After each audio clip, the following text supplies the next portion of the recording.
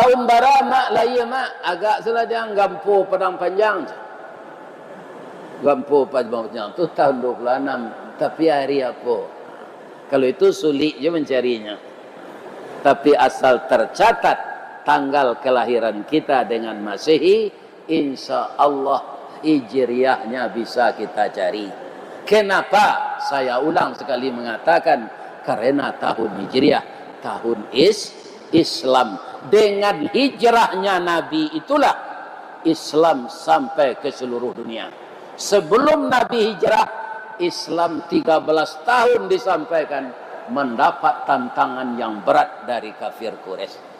Maka dengan hijrah, Islam itu berkembang sampai ke Kuok, sampai ke Bangkinang, sampai ke Yetiri, sampai ke Rimau Panjang, sampai ke Sungai Paga, sampai ke Palalawan, sampai ke Batu Rijal, sampai ke Gunung Toa.